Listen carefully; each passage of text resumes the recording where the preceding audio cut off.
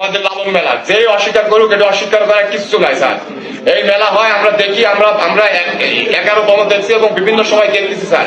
আমাদের কথা যে আমরা মাদকের পক্ষে না, আমরা চাচ্ছি যে মাদকের বিপক্ষে, কিন্তু এটা তো সিস্টেমেটিক করতে হবে। যারা সাধু সন্ন্যাসী, যারা ঘর বাড়ি ত্যাগ করেছে, তাদের জন্য কি স্যার? তাদের তো আমরা তো সংশোধন করবো, তারা আমাদের ইসলামের পথে দাঁত দেবো, শান্তির পথে দাঁত দেবো। আপনার নাম কি? স্যার আমার নাম মুস্তাফিজুর রহমান। মুস্তাফিজুর রহমান। জি স্যার।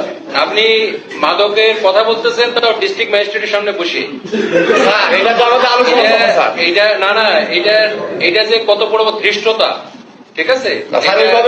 আপনি বুঝতে পারছেন, আপনি কি অ্যাডভোকেট? জি স্যার। এটা গণতান্ত্রিক দেশে এভাবে নেবেন না। আপনি কিসের অ্যাডভোকেটই করছেন? স্যার আমি চিটাগাং ইউনিভার্সিটি থেকে পড়াশোনা করছি, এলএলবি এলএলএম। আপনি জানেন না যে ডিস্ট্রিক্ট ম্যাজিস্ট্রেটের সামনে বসে আপনি একটা গুরুতর বিষয় কথা বলতেছেন, এইটুকু সেন্স আপনার নাই? হ্যাঁ, এটা এই উনারা যে পণ্ডিত আমাদের সাধুরা আছেন, উনারা বারবার বলেছেন এবং ইস্যু আছে যে মাদকের সাথে আমাদের লালন সাহেবের যে জীবন আদর্শ, জীবন চরিত, তার সাথে কোনো বিন্দু মতো কোনো সম্পর্ক নেই।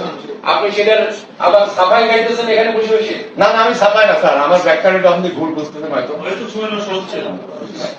এই ধরনের কোনো কারণে কোনো কঠিন অ্যাকশন দিব আপনি যে অন্যায়, ঠিক আছে? আমাকে চিনেন না?